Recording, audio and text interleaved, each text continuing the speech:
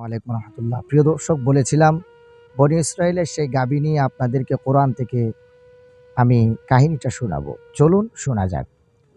বনি ইসরায়েলে একজন নেককার ব্যক্তি ছিল। তার একটি পুত্র সন্তান ছিল। তার একটি গরুর বাছুরি ছাড়া আর কিছুই ছিল না। ওই নেককার ব্যক্তি ওই গরুর বাছুরিটার ঘাড়ে একটি সিল মেরে আল্লাহর নামে ওই বাছুরিটাকে ছেড়ে দিল এবং মহান আল্লাহ তাআলার দরবারে এই বলে প্রার্থনা করল, আমার পালনকর্তা, আমার রিজিক দাতা, আপনার কাছে আমি ওই বাছুরিটাকে আপনার তত্ত্বাবধানে জমা রাখছি। এটা এজন্যে আমার সন্তান যখন বড় হবে যেন এই বাছুরিটা তার উপকারে আসে। পরবর্তীতে ওই নেককার ব্যক্তি মারা যায়, ইন্তেকাল করে।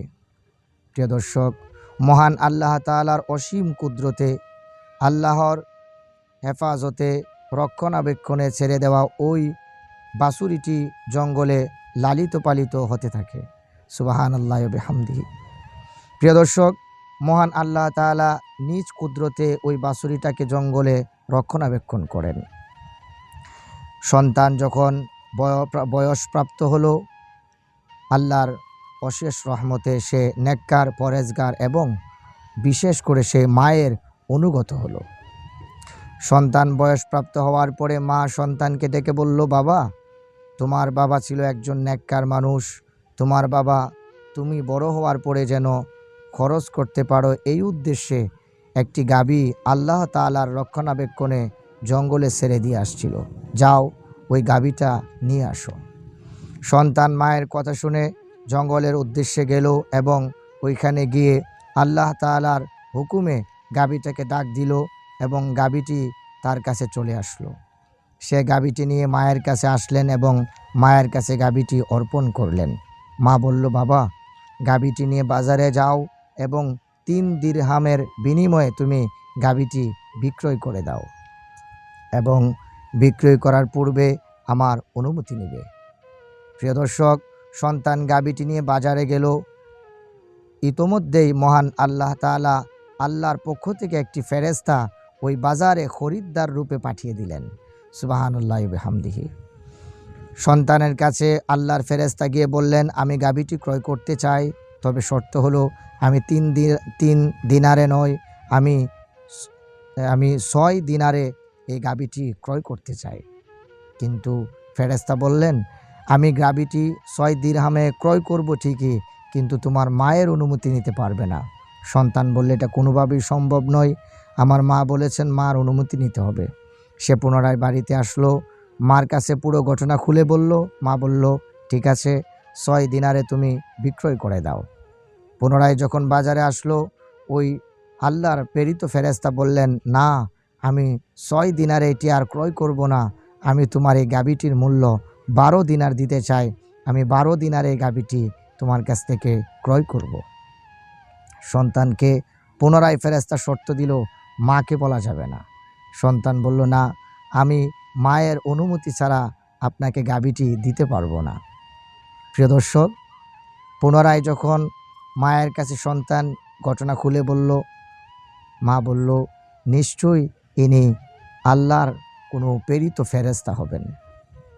সন্তানকে বলল, বাবা, তুমি যাও, গিয়ে খরিদ্দারকে বলো, আপনি কেন আমাকে এই গাভীটি বিক্রয় করার জন্য নির্দেশ দিচ্ছেন না?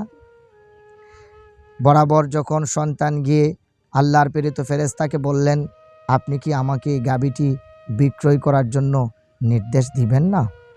তখন ফেরেশতা বলল যে, যাও, গাভীটি নিয়ে এখন বাড়িতে চলে যাও, বাড়িতেই গাভীটিকে রাখো। বনি ইসরাইল সম্প্রদায় যখন তোমার কাছে আসবে তখন তুমি তাদের কাছ থেকে গাভীটির মূল্য, গাভীর চামড়া ভর্তি স্বর্ণ মুদ্রা দাবি করবে।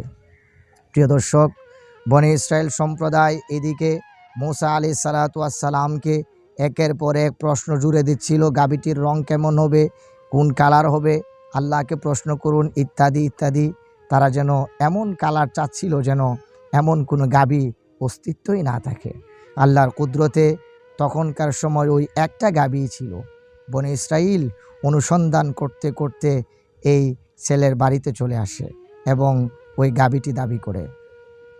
যখন বনী ইসরাইল সম্প্রদায় গাভীটি নেওয়ার জন্য দর কষাকষি করছিল, তখন ওই নেককার বান্দা বলে দিল ফেরেশতার নির্ধারিত সেই দাম, যে আমি গাভীটি আপনাকে অর্পণ করব, আমার গাভীর মূল্য চামড়া ভর্তি সমপরিমাণ স্বর্ণ মুদ্রা আমাকে দিতে হবে। প্রিয় দর্শক, হজরতে মূসা আলাইহিসসালাতু ওয়াসসালামের জামিনে ওই গাভীটিকে তাদের নিকট অর্পণ করা হলো। এই গাভীটিকেই কুরবানি করে গাভীর গোশত দিয়ে যখন আঘাত করা হয়েছিল, তখন ওই মৃত ব্যক্তি জীবিত হয়ে বলেছিল আমাকে হত্যা করেছিল, যে তার নাম হলো আমিল। প্রিয় দর্শক, এখানে অনেকগুলো শিক্ষা আছে। এর মধ্যে একটা শিক্ষা হলো আল্লাহ তাআলার রক্ষণাবেক্ষণে যাকে রেখে যাওয়া হয় তার দায়িত্ব স্বয়ং আল্লাহ তাআলা নিয়ে নেন। দ্বিতীয়ত, মায়ের অনুমতি ছাড়া কোনো কাজ করা উচিত নয়। তৃতীয়ত, কুরবানি দিতে হলে অনেকে বাজারে গাভী নিয়ে যান। মনে রাখবেন, কুরবানির ক্ষেত্রে গাভী দেওয়াই উত্তম। ভালো থাকবেন, দেখা হবে পরবর্তী কোনো ভিডিওতে। আসসালামু আলাইকুম রহমতুল্লাহ।